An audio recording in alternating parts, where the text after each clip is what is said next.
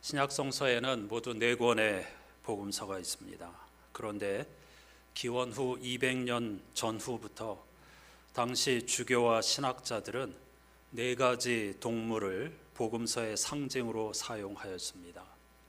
이를테면 마태는 사람, 마가는 포효하는 사자, 누가는 인내심이 많은 소, 요한은 날카로운 부리를 가진 독수리의 형상을 하고 있죠. 이것은 성서 기자들이 학자들이 갑자기 고안해낸 것이 아니라 예언자 에스겔이 하나님의 부름을 받았을 때 본 환상에 등장한 4동물들이며 요한이 계시록에서 열린 문으로 하늘나라의 예배 장면을 본 환상에 등장하는 4동물이기도 합니다. 고대 근동 사람들은 이 동물들을 동서남북 4방위를 다스리는 신으로 보았지만 성서는 이들을 하나님의 종으로 그리고 있습니다. 실제 유럽이라든가 이 다양한 국가의 고대 이 건축물이라든가 혹은 성당에 보면은 이 4가지 조각상을 흔히 볼 수가 있습니다. 유대 랍비 전승에 따르면 하나님께서 이들을 심부름꾼으로 선택하신 이유는 이들이 지닌 품위 때문이라고 합니다. 인간은 하나님의 형상대로 지음받은 존재로서 모든 피조물 가운데 최고이며 사자는 야생동물의 왕이고 소는 가축 가운데 으뜸이며 독수리는 조류 중 가장 높임을 받는 새라는 것이죠. 이들은 각자 자기 영역에서 1인자이지만 하나님의 보좌 아래에서 각각의 역할을 감당합니다. 이와 같이 복음서도 서로 다른 얼굴을 하고 있지만 모두 예수 그리스도의 복음을 전하고 있다는 것이죠. 오늘 본문은 독수리 복음으로 불리는 요한복음입니다. 그런데 요한복음에는 또 다른 별명이 있습니다. 바로 표적의 책이라는 뜻입니다. 이름입니다. 표적의 책. 실제로 요한복음 기자는 7가지 표적을 중심으로 이야기를 구성하고 있습니다. 그의 스토리 라인이 7가지의 표적으로 구성되어져 있다는 것입니다. 여기서 표적은 사람들이 좋아하고 생각하는 기적을 의미하는 것이 아닙니다. 복음서가 전하는 예수님은 초자연적인 능력을 행하는 마술사가 아니기 때문이죠. 따라서 요한복음이 소개하는 표적은 종교적인 은유 혹은 사인으로 읽어야 합니다. 무언가를 가리키는 사인인 것이지 예수 그리스도의 마술사적인 능력을 강조하는 것이 아니라는 겁니다. 요한복음의 7가지 표적이 가리키는 것은 예수는 하나님의 아들 메시아 즉 그리스도라는 사실입니다.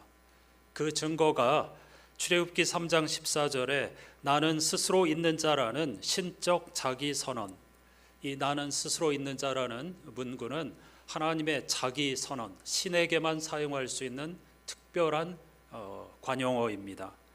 그것을 예수께서 7차례 반복하면서 이를테면 나는 생명의 빵이다, 나는 양의 문이다, 선한 목자다, 이와 같은 7차례 신적 자기 선언을 반복하는 것이 그 증거입니다. 즉 요한복음 기자는 예수께서 하나님의 아들이시며 그리스도라는 사실을 전하기 위해 7가지의 표적을 멋진 이야기로 구성하고 있는 것이죠. 그런 면에서 요한복음 기자는 탁월한 이야기꾼이라고 할 수 있습니다. 따라서 7가지 표적에 등장하는 인물이나 사건을 문자적으로 읽으면 길을 잃게 됩니다. 대신 우리는 탁월한 이야기꾼인 성서 기자가 각각의 인물과 사건을 통해 무엇을 가리키고 있는지, 무엇을 말하려고 하는지에 집중해야 합니다. 한 가지 예를 들어보겠습니다. 복음서에 등장하는 예수님의 육신적 아버지는 누구입니까? 그의 이름은 요셉이죠. 요셉과 마리아 사이에서 태어났으니까요. 그런데 복음서 기자들은 모두 예수의 아버지 요셉을 창세기에 등장하는 야곱의 아들 요셉을 재창조하는 방식으로 설정하고 있습니다. 이게 우리 눈에는 잘 안 보이는데요, 성서 기자들이 어떻게 이야기를 구성하고 있는지를 엿볼 수 있는 재미있는 상황입니다. 세 가지 면에서 그런데요, 수천 년의 시대적인 차이가 있잖아요. 그런데 복음서 기자들이 예수의 아버지 요셉을 고대 족장, 그들이 존경하는 족장 요셉의 어떤 재현으로 보고 있다는 사실입니다. 그런 방식으로 재창조하고 있다는 것이죠. 세 가지 면에서 그런데요, 먼저 예수님의 육신적인 아버지나 구약성서 족장 요셉 아버지의 이름은, 그들의 아버지의 이름은 모두 야곱입니다. 마태복음 1장 16절에 보면 야곱은 마리아의 남편 요셉을 낳았다, 이렇게 기록하고 있죠. 구약성서 족장 요셉의 아버지도 야곱이고 예수님의 할아버지도 야곱이라는 것입니다. 또 두 요셉 모두 꿈과 깊은 관련이 있습니다. 창세기에서 요셉의 꿈 이야기는 여러분 잘 아시죠? 그런데 이 신약성서 예수의 육신적 아버지 요셉도 꿈을 통해서 예수 그리스도에 관한 그 태어남, 이런 소식을 전해 들었다는 사실을 기록하고 있습니다. 세 번째로 이 두 요셉 모두 약속의 백성 혹은 메시아의 안전을 위해 이집트로 피신함으로써 구원을 위한 하나님의 섭리에 동참하고 순종하는 모습을 볼 수가 있습니다. 구약성서 족장 요셉도 이집트로 피하였고 아기 예수님도 그 헤롯이 2살 아래에 남아를 다 죽이려고 하는 명령을 피하기 위해서 이집트로 피하였다는 것을 우리는 잘 알고 있습니다. 이와 같이 처음 교회의 구성원이 대부분 유대인들이었기 때문에 복음서 기자들은 이와 같은 의도적인 설정을 통해 예수 그리스도를 전하려고 했던 겁니다. 그런 면에서 성서 기자들은 모두 탁월한 이야기꾼들이라고 할 수 있겠습니다. 그렇다고 해서 이들이 거짓말을 하고 있다는 뜻은 아닙니다. 예수 그리스도의 복음을 어떻게 하면 효율적으로, 효과적으로 이 읽는 독자들의 그 눈높이에 맞춰 가지고 전할 수 있을까, 이런 몸부림이었다고 할 수 있겠습니다. 앞서서 요한복음이 표적의 책이라고 했죠. 요한복음만 그런 건 아닙니다. 이 요한복음의 구성 스토리라인 자체가 표적으로 이루어져 있기 때문에 표적의 책이라고 부르는 것뿐이지, 사실 구약성서에 나오는 여러 가지 기적 이야기도 모두 다 기본적으로는 사인입니다. 신구약 성서는 기적에 관심이 없습니다. 기적 이야기 많이 나오지만은 우리를 기적 이야기로 인도하려는 의도가 전혀 없습니다. 우리 눈에 기적처럼 보이는 현상들을 통해서 하나님을 전하려고 하는 것입니다. 창조주 하나님을 우리에게 전하려고 하는 것입니다. 따라서 성서가 말하는 신앙은 결코 기적 신앙이 아니라 하나님 신앙입니다. 기적에 집중하지 말고 하나님께 집중해야 하는 것입니다. 1월달 매일 성서 본문은 여호수아서이고, 지난 금요일에 여호수아서의 전반부인 12장까지를 읽었습니다. 그런데 여호수아서는 교회가 외면하는 문제적 성서입니다. 가장 두려워하고 가장 읽기 어려워하는 책 중에 하나입니다.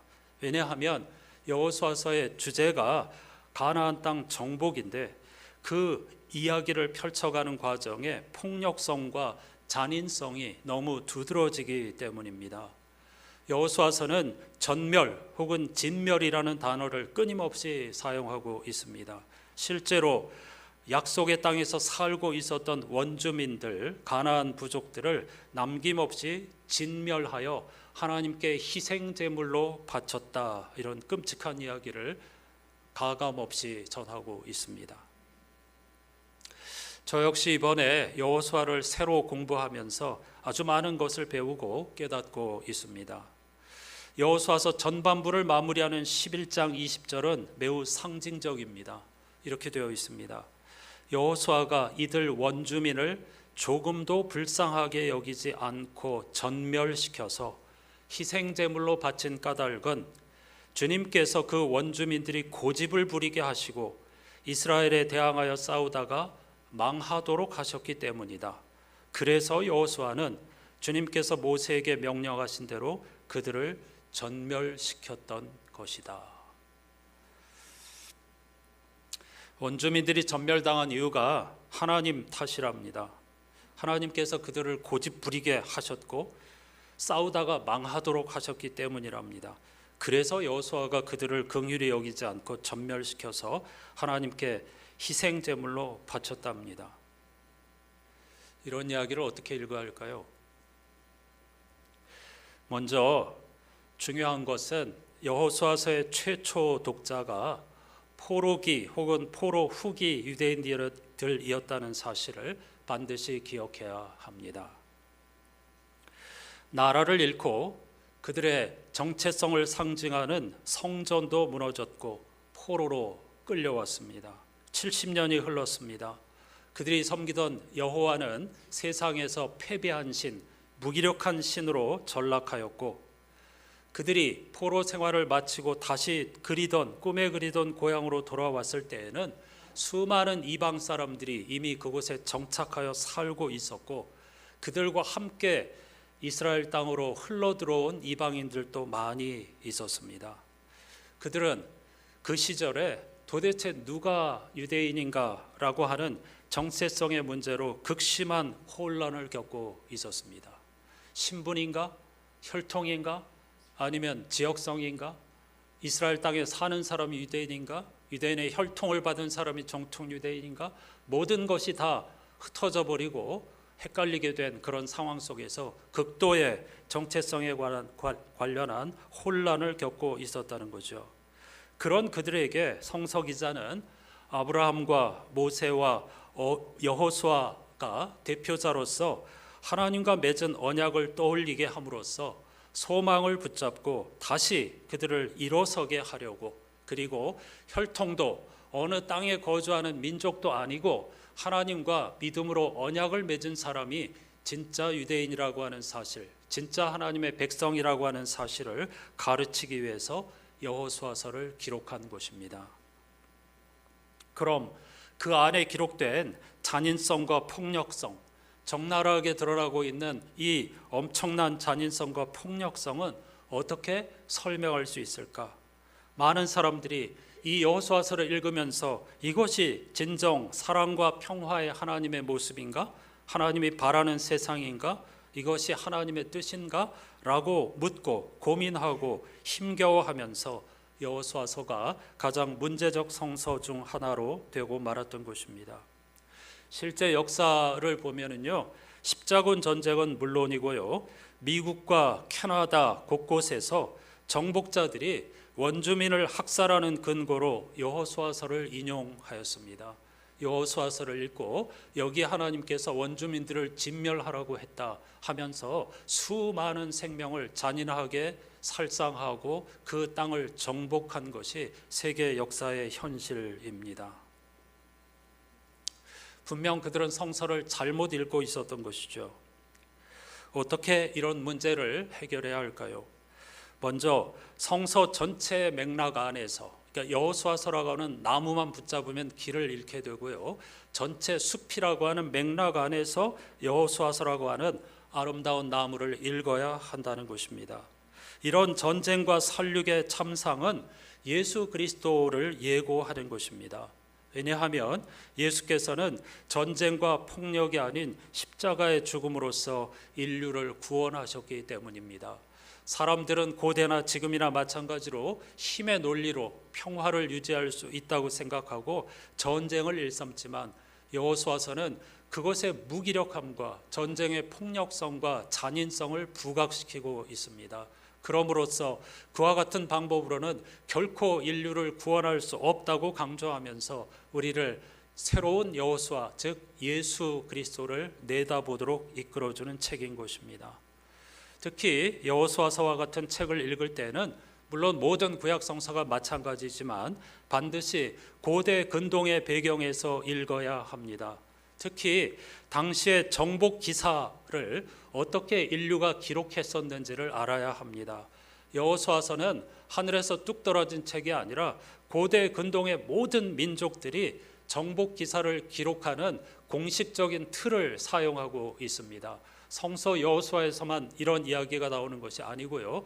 이집트, 메소포타미아, 모든 고대 근동의 지역의 정복 기사, 전쟁 기사가 똑같은 패턴을 따르고 있다는 것입니다.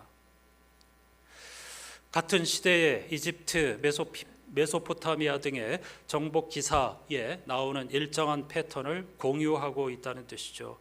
이들은 모두 태양, 달, 별, 우박 등 자연 현상을 활용하여 자기 백성을 대신하여 싸우는 신을 묘사하고 있습니다. 그리고 군사력이 아니라 그 신을 신뢰하고 두려워하지 말라면서 백성을 격려합니다. 여호수아를 향하여서 두려워하지 말아라, 놀라지 말라, 내가 너와 함께 함이니라, 이렇게 말씀하는 식이죠. 그리고 모든 고대 근동의 정복 기사에서 적군은 신의 백성의 유익을 위해 반드시 파괴해야 하는 대상으로 그려집니다. 이게 전멸이라고 하는 단어를 사용하는 이유입니다. 따라서 모든 정복의 과정은 과장법을 사용해서 기록합니다. 모든 적군이 파괴되고 전멸되었으며 따라서 생존자는 아무도 없었더라, 이렇게 기록하고 있는 거죠. 사실이 아닙니다. 과장법으로 그 당시에는 모두 다 그렇게 기록을 했습니다. 왜냐하면 승자의 신의 위엄을 강조하기 위해서였습니다. 이 엄청난 전쟁이요, 전쟁 기사에 보면 대개 다 하루 만에 끝납니다. 아시리아 왕 디글랏빌레셀은 320km 거리를 하루에 정복하였다고 기록하고 있고요. 페르시아의 어떤 총독은 하루 만에 무려 70개의 도시를 정복했다, 이렇게 기록하는 식입니다. 여호수아서에서도 그 엄청난 전쟁을 하루 만에 다 승리했다라고 기록을 하고 있습니다. 이와 같은 과장된 표현은 속이기 위한 것이 아니라 승자와 함께하는 신을 높이기 위해 의도적으로 공인된 수사법이었다는 사실을 기억하면서 성서를 읽어가야 하겠습니다. 따라서 여호수아서의 가장 핵심 특징이 바로 과장법입니다. 문자 그대로 이해해서는 절대로 안 된다는 뜻입니다. 전반부의 마지막 절인 11장 23절을 보면은요, 여호수아는 주님께서 모세에게 말씀하신 대로 모든 땅을 점령하고 그것을 이스라엘 지파의 구분을 따라 유산으로 주었다. 그래서 그 땅에서는 전쟁이 그치고 사람들은 평화를 누리게 되었다, 이렇게 기록하고 있습니다. 멋진 표현이죠. 마침내 그 땅에서 전쟁이 그치고 사람들은 평화를 누리게 되었다. 정말 그랬을까요? 그렇지 않습니다. 이건 소망의 표현입니다. 그 이후에 여호수아서를 보아도 전쟁은 끝없이 계속되었고요. 실제로 여호수아는 오랜 동안 그들과 싸웠다, 이렇게 성서 기자가 이야기하고 있습니다. 여호수아서 기자가 우리에게 들려주고자 하는 것은 이러한 전쟁 정복 기사의 틀을 통해 가지고 인류의 새로운 여호수아, 즉 예수, 여호수아가 예수라는 뜻이거든요. 새로운 여호수아, 구원자를 내다보고 소망하게 하려는 것이었습니다. 이런 피비린 나는 인류의 전쟁과 같은 현상 속에서 평화의 왕으로 오실 예수 그리스도를 내다보면서 우리를 그분에게로 인도하기 위한 기능을 한다는 걸 기억하면서 따라가야 하겠습니다. 복음서 읽기도 마찬가지입니다. 갈릴리 가나에서 열린 혼인 예식에 예수님과 제자들뿐만 아니라 예수의 어머니도 초대받아 함께 했습니다. 그런데 문제가 생겼어요. 잔치 중간에 가장 핵심적인 도구인 포도주가 떨어진 것입니다. 예수의 어머니가 그런 형편을 예수께 전합니다. 그러자 예수께서 뜻밖의 이런 반응을 보입니다. 여자여, 나와 당신에게 무엇이 있습니까? 우리가 볼 때는 말도 안 되는 반응이죠. 여자여라는 호칭도 그렇고 나와 무슨 상관이 있느냐는 표현도 아주 냉정하고 버릇없게 들립니다. 하지만 당시 어법으로 볼 때에 이런 표현은 나는 그 문제에 개입하지 않겠다는 생각의 강조라고 합니다. 결코 그러니까 우리말로 이렇게 직역을 해버리니까 그런데 무례하거나 그런 태도가 아니라는 것이죠. 예수님의 입장에서 중요한 것은 사람들의 일상에, 우리들의 일상에 일일이 개입하는 것이 아니라 하나님이 원하시는 때입니다. 혼인 예식을 치르는 이 집에는 당시 다른 집들과 마찬가지로 정결 예식에 필요한 두세 통 드는 돌 항아리 6개가 있었습니다. 이게 오늘날로 환산하면 엄청난 양입니다. 돌 항아리에 물을 넣어 두었다가 손님들이 오면 손발을 씻고 입장할 수 있게 해주는 용도였습니다. 고대 유대인들에게는 이런 정결 의식이 율법에 따라서 반드시 행해야 하는 매우 중요한 예식이었죠. 포도주가 떨어진 상황에 개입하지 않겠다고 했던 예수께서는 무슨 생각이 들었는지 갑자기 하인들에게 항아리에 물을 가득 채우라고 합니다. 물이 채워지자 그것을 떠서 혼례 혼인잔치를 주관하는 연회장에게 가져가라고 하셨습니다. 이런 이야기를 들으면 여러분은 어떤 생각이 드시는지요? 정말 예수께서 물을 포도주로 만들었다는 말인가 하는 생각이 들지도 모릅니다. 그런데 성서 기자는 그런 마술 같은 일이 벌어졌다고 명시적으로 보도하지 않습니다. 우리가 넘겨짚어서 물이 변하여 포도주 됐네 이렇게 하는 것이죠. 돌 항아리에 물을 채우게 한 다음에 그 돌 항아리에 들어있는 것을 떠다 주라고 했을 뿐입니다. 그래서 물이 포도주로 변했다고 추정할 수는 있습니다만 실제로 그런 일이 벌어졌는가는 본문에서 핵심이 아닙니다.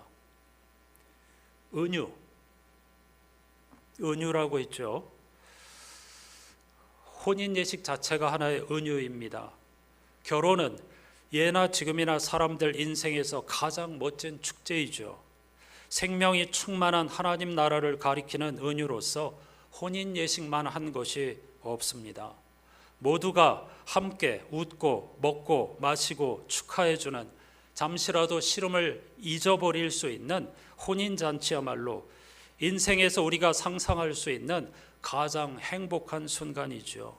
그래서 예수께서는 하나님의 나라를 주로 혼인잔치에 비유할 수밖에 없었던 것입니다.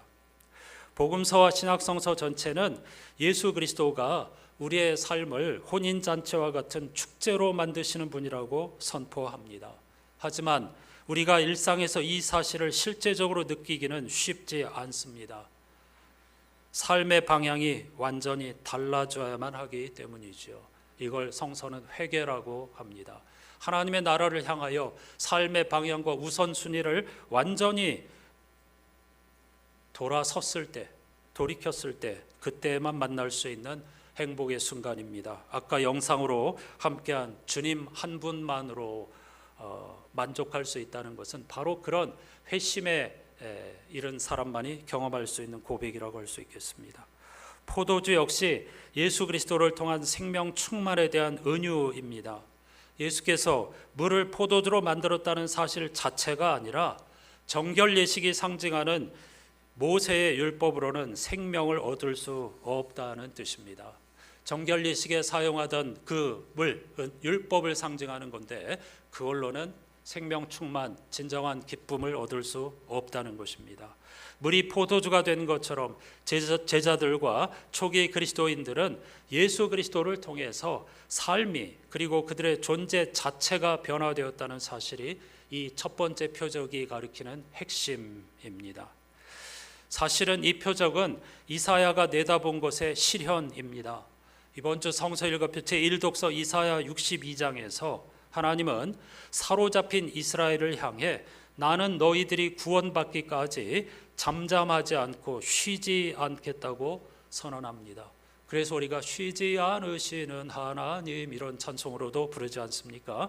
그 본문이 이사야 62장인데요. 그리고 이렇게 말씀하십니다. 공동번역이 재밌는데요. 야훼께서 몸소 지어주실 새 이름, 사람들이 그 이름으로 너를 부르리라.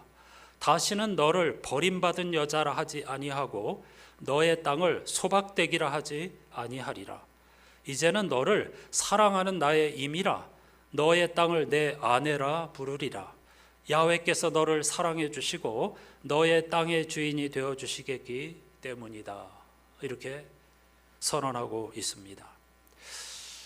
포로로 사로잡혀간 이들을 향하여서 다시는 너를, 이게 다 여성형이기 때문에 여자라고 표현하고 있는데, 버림받은 여자라 하지 않고 땅으로 의인화시켜가지고 소박되기라 하지 않고 대신 이제 너를 사랑하는 나의 아내라고 부르리라, 이렇게 말씀하고 있는 것입니다. 물이 포도주로 변화했다는 것 역시 이와 같이 존재의 변화를 의미합니다. 이름이라고 하는 것은 우리 존재 자체를 상징하는 거잖아요. 이스라엘의 이름이 바뀌었다, 또 아브라함의 이름이 바뀌었다, 수많은 바울을 비롯하여서 하나님께서 이름을 바꿔주시는 기사가 성서에 많이 있는데, 그건 하나님께서 우리들 한 사람 한 사람을 오늘 본문의 표적처럼 존재 자체를 새롭게 해주시겠다는 약속입니다. 따라서 이 물이 포도주로 변화되었다는 것은 도덕적인 변화가 아닙니다. 이걸 오해하시면 안 됩니다. 우리가 조금 더 착한 삶을 살게 된다, 그런 뜻이 전혀 아닙니다. 존재의 변화를 말합니다. 요한이 이야기하는 물 세례와 성령 세례의 차이와도 같습니다. 이건 종에서, 율법의 노예에서 하나님의 자녀로의 변화입니다. 율법에서 은혜로의 돌이킴입니다. 궁극적으로는 죽음으로부터 생명으로의 변화를 의미하는 것입니다. 요한복음 기자는 이 첫 번째 표적을 통하여 예수께서 처음으로 자신의 영광을 나타내셨고 제자들이 그를 그리스도로 믿었더라, 이렇게 묘사하고 있습니다. 첫 표적을 통하여서 예수께서 하나님의 아들 그리스도이심을 드러내셨다라는 말이죠. 그래서 이 본문이 주현절, 하나님께서 그리스도이심을 드러내신 것을 기념하는 절기의 본문으로 우리에게 주어지는 것입니다. 예수께서 영광을 받으셨다는 것은 하나님께만 가능한 생명의 역사가 예수 그리스도를 통하여 나타났다는 뜻입니다. 그것은 바로 구원의 빛이며 은총이고 죄와 죽음으로부터의 해방입니다. 초기 교회 공동체, 특히 요한 공동체는 예수 그리스도 안에서 그 빛과 생명을 경험했기 때문에 전혀 다른 차원의 삶으로 돌이킬 수 있었고, 전혀 다른 새로운 피조물의 삶을 살 수 있었습니다. 마지막으로 요한 공동체가 예수님을 그리스도로 믿었다는 것은 어떤 의미가 있을까요? 물론 마태, 마가, 누가의 공동체가 다 예수님을 그리스도로 믿었습니다. 그런데 그들이 예수님을 그리스도로 믿었다는 것은 십자가와 부활의 예수님을 구원자로 믿었다는 뜻입니다. 구약 성서가 예고한 메시아가 바로 그분이라고 믿었다는 사실인데요. 요한복음 공동체는 조금 차원이 다릅니다. 그래서 공관복음과 분리가 되어 있는 것인데요. 요한 공동체는 예수님을 하나님과 합일을 이루신 분으로 이해했습니다. 요한 공동체는 신비로운 신비주의 공동체인데요. 예수님만이 유일하게 하나님과 하나가 된 분으로 이해했다는 뜻입니다. 참 사람이신 예수 그리스도께서 하나님과 합일을 이루셨다, 하나님과 하나가 되셨다, 그분이야말로 하나님의 영광을 온전히 드러내신 분이셨다, 하나님이 어떤 분이신지를 드러내셨다, 그걸 예수께서 영광을 받으셨다, 이렇게 표현하고 있는 것입니다. 그들은 예수 그리스도의 영에 충만해졌습니다. 따라서 세상에서 그 무엇도 부러워하지 않고 두려워하지도 않고 그들 역시 하나님과 하나 되는 삶을 추구하는 공동체였다는 것이죠. 예수 그리스도로 인해서 삶이 축제가 되고 구원의 기쁨과 은혜에 마치 술 취하듯이 취하였다는 것이 요한복음 기자의 고백입니다. 이것이 저와 여러분이 평생 추구하고 힘쓰고 걸어가야 할 길입니다. 찬송가 134장은 나 어느 날 꿈속을 헤매며 어느 바닷가 거닐 때 그 갈릴리 오신이 따르는 많은 무리를 보았네. 신앙적인 어떤 경험, 그것을 시적으로 표현하고 있는 것이죠. 우리는 지금도 여호수아서를 통해서 복음서 기자들을 통해서 끝없이 하나님의 나라 예수 그리스도에 관한 이야기를 듣고 있습니다. 그 이야기를 어떻게 듣고 어떻게 반응하느냐에 따라서 우리의 삶이 생명과 죽음으로 갈리게 되는 것입니다. 134장의 신앙 고백자들이 고백했던 것이 우리들의 고백이 될 수 있기를 갈망하면서 함께 찬양하십시다.